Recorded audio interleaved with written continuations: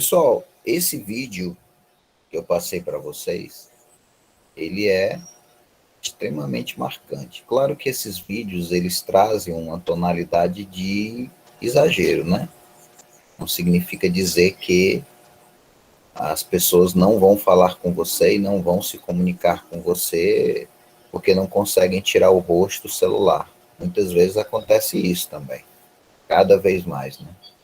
Cada vez mais o mundo que a gente vê, que é mostrado para nós através dos celulares, dos aplicativos, né, que fazem retoques no rosto, criam efeitos e tudo mais, a vida parece mais bonita, mais interessante, sem dúvida nenhuma,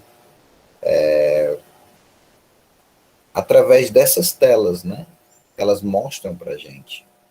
Nós podemos mostrar, sem dúvida nenhuma, o melhor de nós, né? Ou pelo menos o melhor que nós imaginamos que é o nosso melhor. A vida se torna mais empolgante, a gente passa a se voltar mais para, para o que as pessoas realmente vão ver da gente, vão enxergar de nós. O evento da garota, né, que no final comete suicídio e que as pessoas estão mais interessadas naquele momento, o fato de estarem captando em primeira mão um suicídio ao vivo e disponibilizar aquele material na internet para que ganhe muitos likes, entendeu? E para aqueles que vivem a partir daí, como youtubers, por exemplo, é uma marca, né, do nosso mundo. Estamos vendo realmente a situação calamitosa. A gente está perdendo aquela relação que a gente tinha pessoal, aquele se importar com as pessoas pelo que elas são, não pelo que elas aparentam ser. Cada vez mais a tecnologia está trazendo esse aspecto negativo. Só que a gente vai ver nesse assunto, né, que também tem um aspecto positivo, né? A gente pode falar que realmente é complicado, né? A gente vai ver o lado positivo e negativo da própria Revolução Industrial, né? Por exemplo, uma das coisas que é fantástica é a possibilidade de você se comunicar com as pessoas de forma instantânea, né? Antes, quando você queria trazer uma mensagem, mandar uma mensagem para alguém, ou você ligava para aquela pessoa, e aí a demora, assim, não era nem demorado, era rápido você falar com a pessoa. O problema também era a questão do custo, né? Então era muito mais fácil as pessoas se comunicarem por carta, né? Era bem mais interessante. Mas às vezes, quando você mandava uma carta para uma pessoa, dependendo da região que ela morava, aquela carta poderia chegar em 2, 3 meses, né? Agora a mensagem ela chega de forma instantânea. É muito mais fácil, né? A comunicação é extraordinária. Hoje a gente tem a possibilidade de, inclusive, fazer coisas à distância que era impossível há um tempo atrás. Essa aula, por exemplo, acontecendo à distância para pessoas diferentes que estão em locais diferentes. Tem alunos que estão no bairro aí próximo do colégio, mas tem alunos que não estão no bairro, estão bem mais distantes, né? Então a tecnologia ela tem as suas vantagens, a gente não pode somente olhar para o aspecto negativo da coisa, mas que de forma, e às vezes pelo fato das coisas negativas serem extremamente impactantes, então sem dúvida nenhuma é algo que mexe com a gente, né? Eu acho que esse vídeo ele é muito legal para a gente pensar exatamente sobre o que a gente está perdendo, não com a tecnologia, mas com o nosso exagero em cima da tecnologia. Acho que é esse o ponto. Às vezes a ferramenta que facilita a vida se torna um escravizador para a tua vida. Eu acho que é esse o ponto, né? Está tornando a vida mais complicada e às vezes é como o próprio vídeo trabalha, a questão de você criar algo que acaba se tornando o grande atormentador da sua vida, o seu grande demônio, né?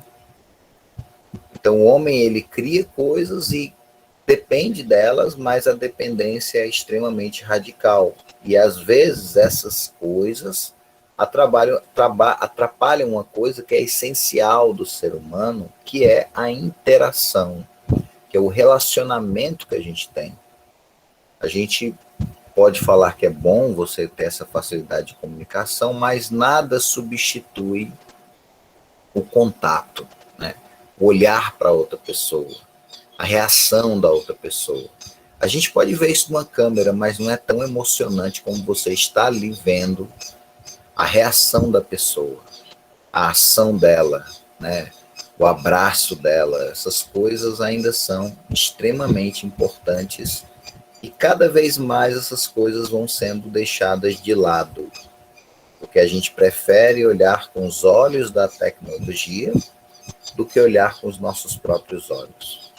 A gente quer tocar e beijar as pessoas pela tecnologia e não por nós mesmos. Então, esse ponto é extremamente importante para que a gente esteja refletindo. Até porque vocês são a próxima geração, né? Alguns vão estar à frente, a gente não sabe as pessoas que vão sair daqui, podem ser pessoas extremamente importantes para a sociedade. Então é importante que você tenha em mente que é possível não resolver o problema, mas pelo menos amenizar as coisas. Então é algo para a gente realmente pensar. Tá? Esse vídeo foi importante.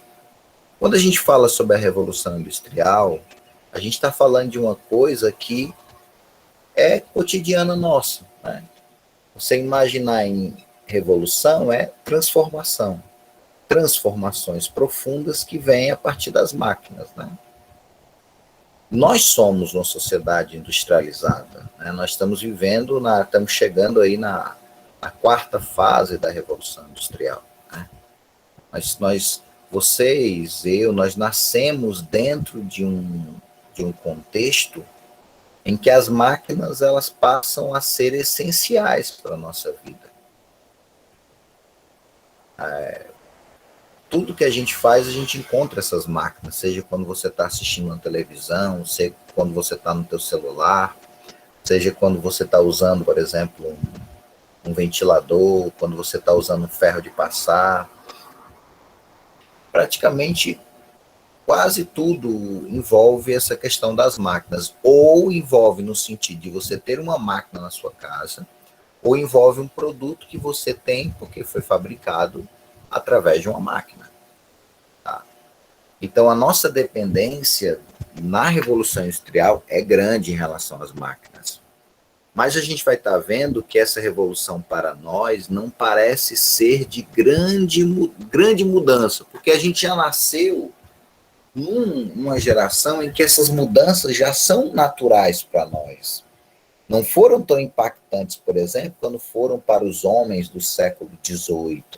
Os homens do século XVIII viram seus próprios olhos essas transformações. Foi muito mais impactante. Nós nascemos realmente num mundo em que a tecnologia está aí, é parte da nossa vida. Na verdade, a gente nem imagina uma vida sem essa tecnologia.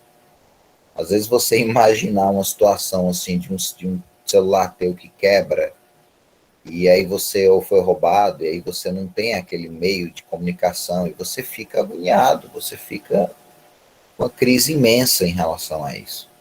Semana que vem a gente vai trabalhar um pouco desse aspecto, né? Da Revolução Industrial, quando a gente falar sobre as consequências. Mas agora a gente precisa entender o que foi essa revolução. Né? Primeiro, eu já disse alguma informação, que a revolução marca transformações. Transformações vindas a partir das máquinas. Não é que as máquinas vão ser criadas no século XVII, XVIII. Na verdade, já existiam máquinas, mas elas vão ser. Muitas vão ser aperfeiçoadas, outras vão ser criadas. Mas o ponto central da Revolução Industrial é quando praticamente uma boa parte da produção mundial está centralizada através das máquinas. Foi uma grande revolução. A gente consegue perceber algumas imagens, né, do interior de fábricas antigas, né? Aqui nós vemos uma imagem que nos mostra a cidade. As primeiras indústrias elas não vão ser no campo, vão ser nas cidades. E o resultado é claramente visível para nós através dessa imagem. Você consegue ver a questão da poluição. Um dos problemas que a gente enfrenta hoje é a poluição, né, e o próprio lixo deixado no meio ambiente, os resíduos deixados dessa produção por essas indústrias. A gente vai estar vendo na semana que vem que as consequências são mais devastadoras do que a gente costuma pensar. Aqui o interior de uma fábrica do século XVIII, tá?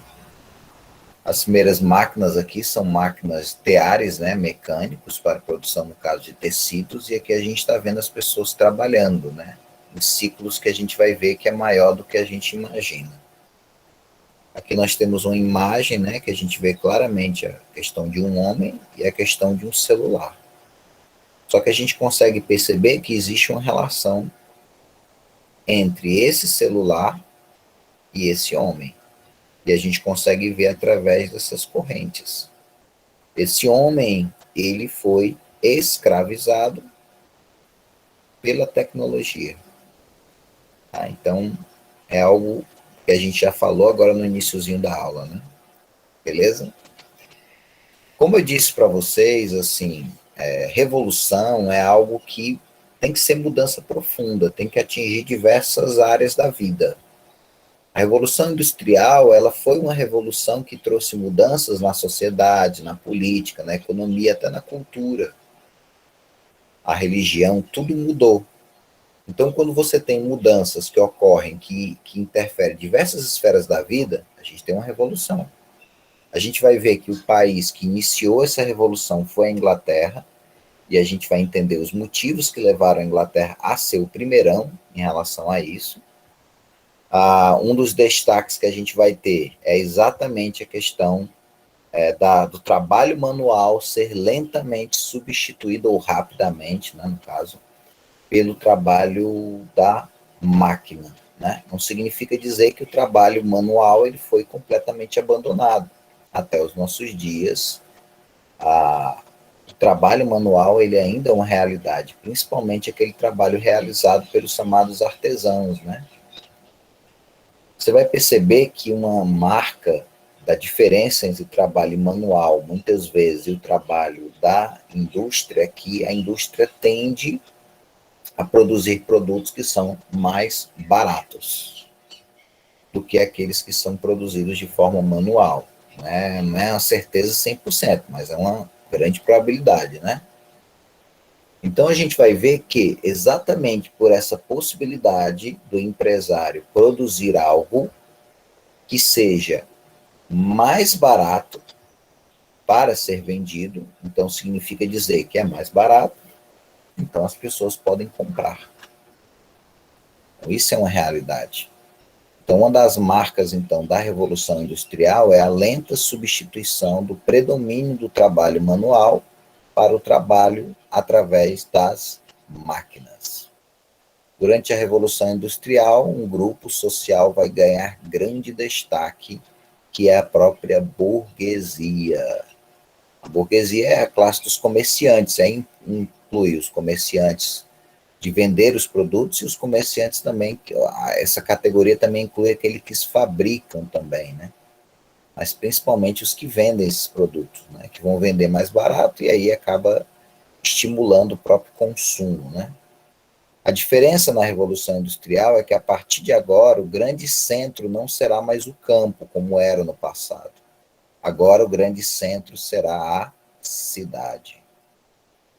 A gente precisa entender como essa mudança aconteceu através dessa imagem. A gente está vendo aqui, na verdade, a imagem de uma oficina, né? A gente pode dizer que é uma oficina de quê? De um sapateiro. Esse sapateiro aqui, ele não está sozinho. Mas o que era muito comum no passado era quando você precisava de um sapato, você ia nesse sapateiro, você encomendava o sapato, ele tirava suas medidas e ele ia fazer o processo de produção. Os produtos eram muito caros, pessoal, muito caros mesmo. Você imaginar que hoje você consegue comprar sapatos bem baratos, né? Além da facilidade do próprio parcelamento do produto, você imaginava que um homem ele era responsável por todo o processo de produção daquele sapato. Significava dizer que aquele sapato seria bem mais caro. As coisas eram muito mais caras do que são hoje, né? Você imaginar que o que era comum antes da Revolução Industrial era as pessoas usarem roupas para quase a vida inteira. As pessoas não são como nós, que têm o hábito de ficar comprando roupa de tempo em tempo.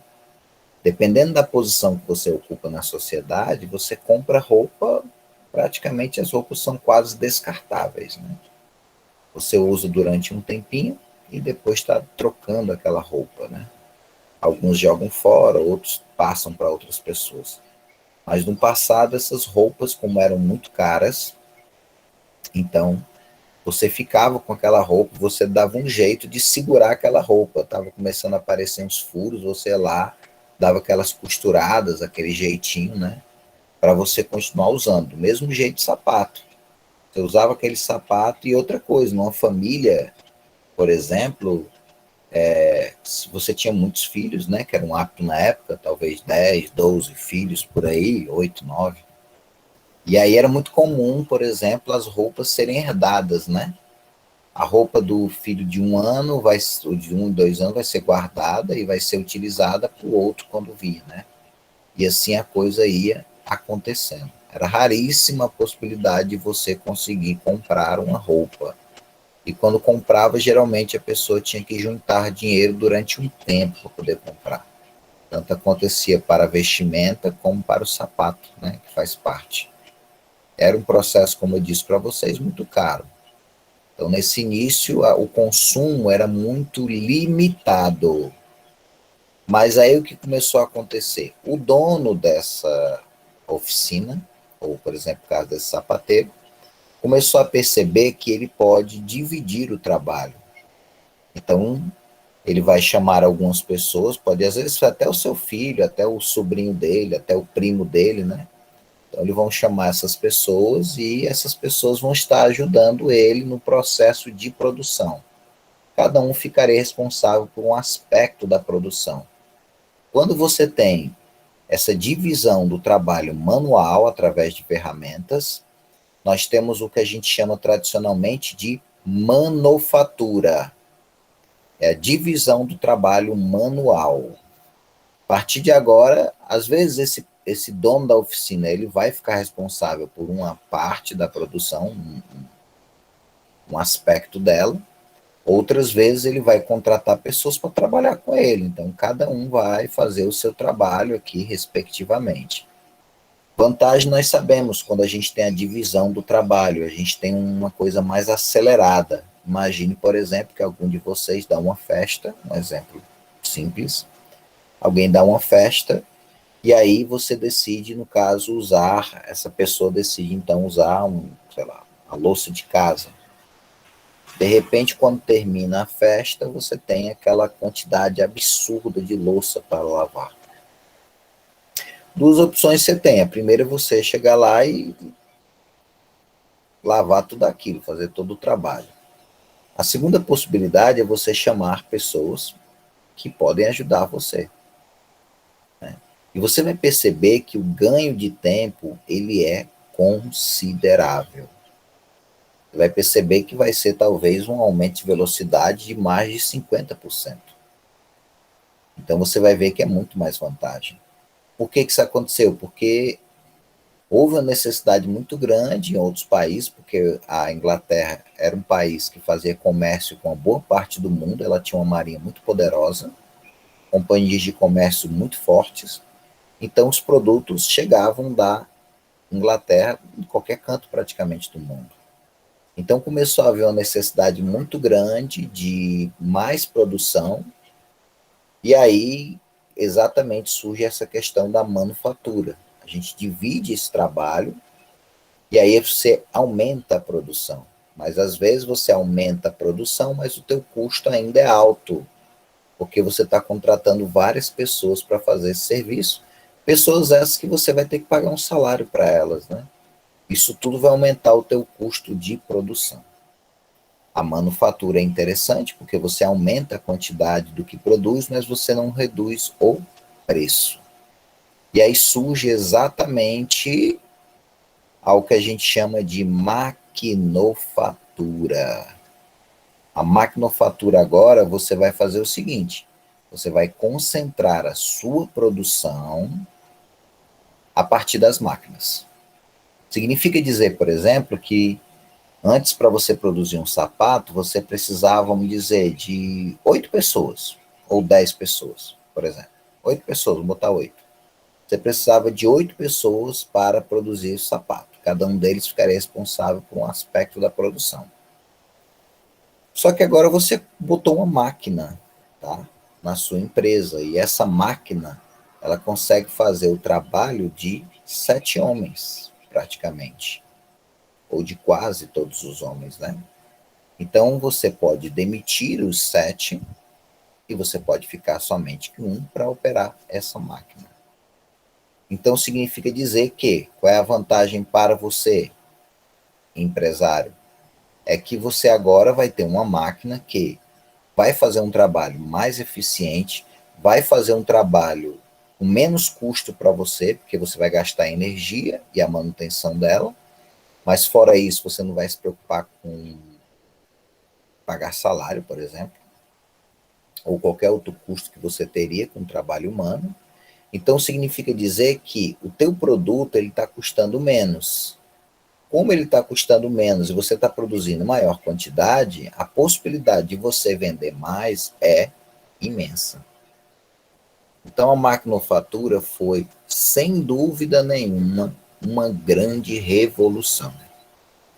Uma das marcas que a gente costuma apontar em relação à questão da Revolução Industrial é a nossa mudança em relação ao tempo.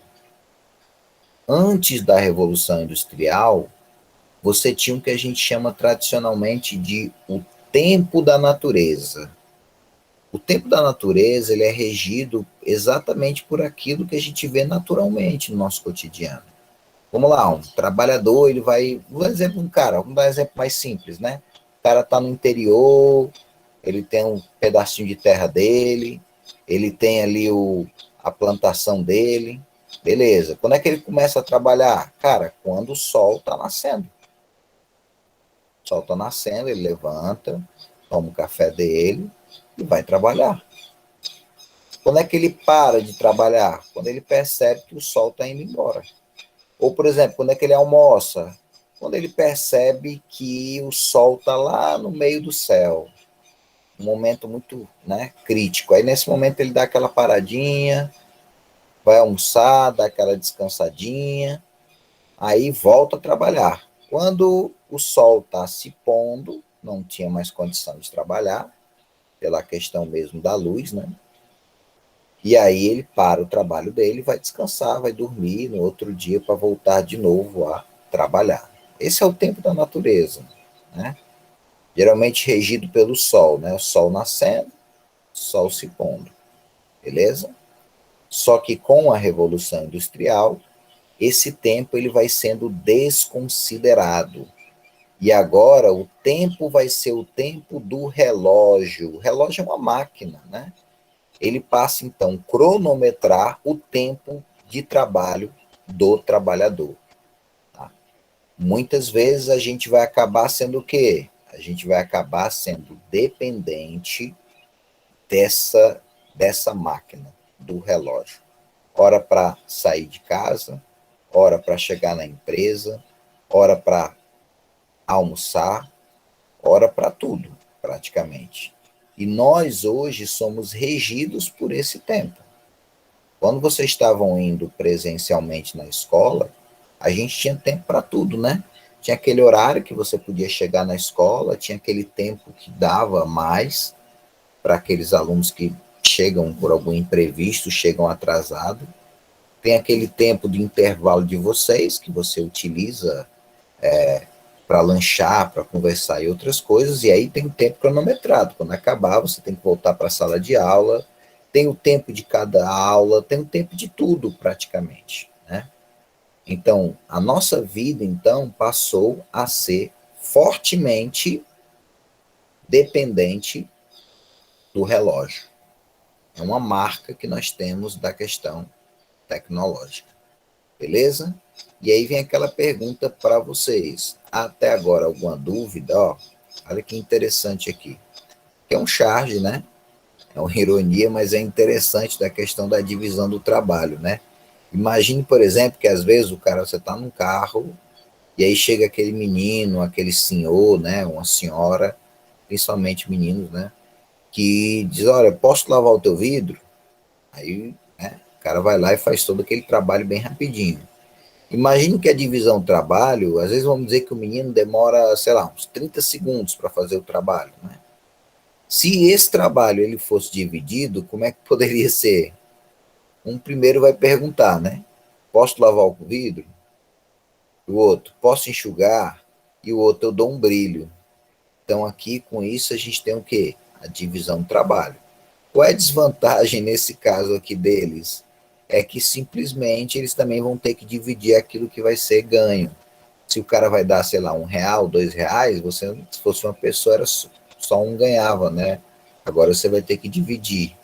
Ou o cara vai se sentir forçado a dar R$ 1 para cada um deles, né? É também essa outra possibilidade. Nessa imagem a gente está percebendo uma coisa que é a divisão da produção, né? Na manufatura e quando a maquinofatura chega, você vai ter trabalhadores que vão, cada um deles, ficar responsável por aspectos da produção daquele produto, respectivamente, ok? Para a gente terminar a aula de hoje, a gente pode finalizar respondendo uma pergunta. Por que que a Inglaterra foi o país que primeiro fez essa revolução? A Inglaterra foi o pioneiro. Tem algum motivo em relação a isso? A gente vai ver agora. Bom, o primeiro ponto importante que você tem que ter em mente é o seguinte, é que para você investir em fábricas, você precisa de dinheiro, beleza? Precisa de dinheiro, e muito dinheiro.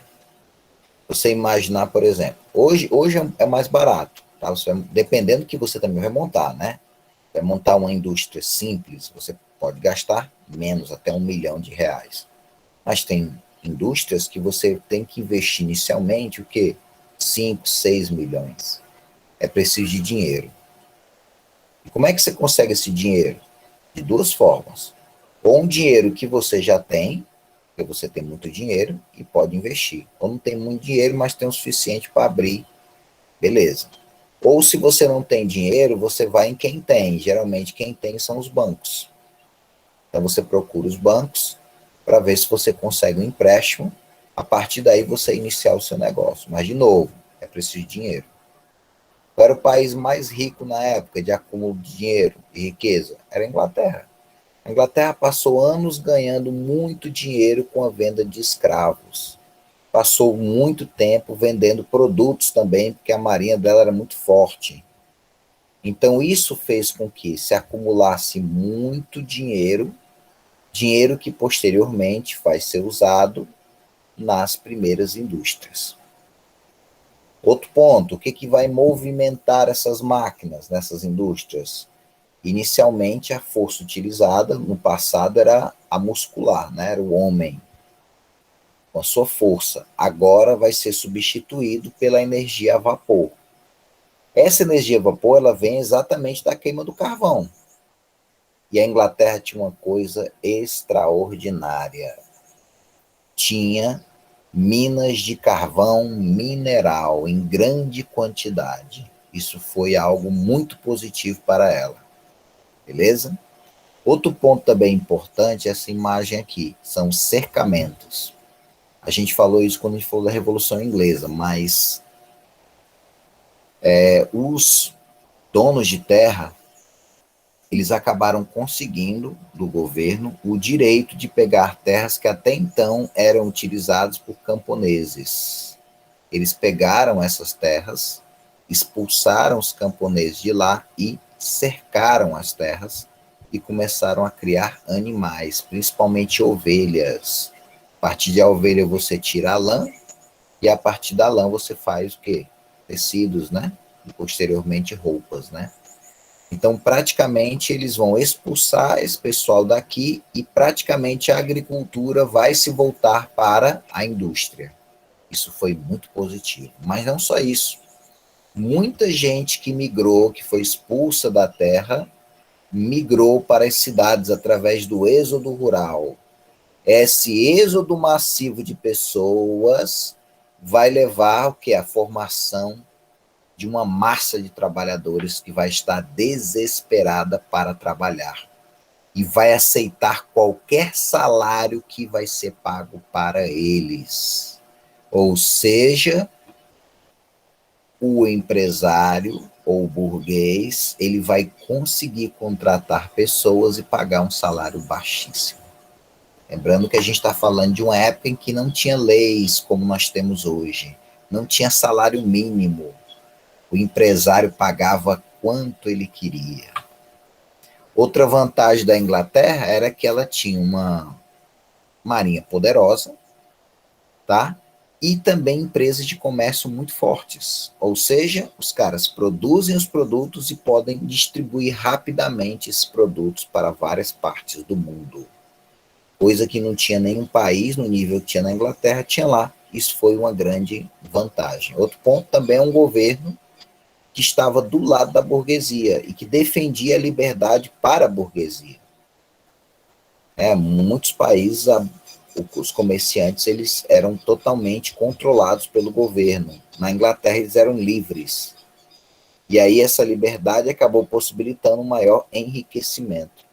Um outro ponto para a gente fechar era a questão do puritano. O puritanismo era uma moralidade muito forte vinda da religião, que dava a ideia de que a essência do homem era três coisas: disciplina, trabalho e oração. Disciplina no trabalho é você se dedicar de corpo e alma àquilo que você está fazendo, né? Trabalhar, tem que trabalhar da melhor forma possível, né? E, claro, ter uma vida aí de relacionamento através de oração com a divindade. Tudo isso possibilitou que o surgimento de trabalhadores de qualidade na Inglaterra. Isso tudo ajudou no processo de produção, beleza? E nós temos uma imagem, assim, outro ponto que a gente vai estar trabalhando na semana que vem é ver como estava a vida desse trabalhador. A gente vai ver que a vida dele não era fácil, era uma vida terrível, beleza? E aqui a gente tem uma imagem mostrando a questão da marinha inglesa, né? Você vê o poder que eles tinham, uma imensa quantidade de navios e navios poderosíssimos, porque um dos grandes medos na época era ser atacado por piratas. Os navios ingleses, eles eram, além dos capitães serem muito experientes no mar, eles tinham uma capacidade de ataque muito poderosa. Isso possibilitou, então, que a Inglaterra fosse o primeiro país a fazer a Revolução Industrial. Mas aí surgem duas perguntas. A primeira delas é, beleza, como está a situação desses trabalhadores? E a segunda pergunta é, como se deu essa revolução industrial? Quais são as fases dela? Foi as tecnologias surgindo de uma vez ou como é que foi esse processo tecnológico? Essas duas perguntas serão respondidas na semana que vem, na continuação desse assunto. Beleza? Tranquilo? Deu para entender direitinho, pessoal? Ok, só um minuto, viu? Eu vou encerrar aqui então a gravação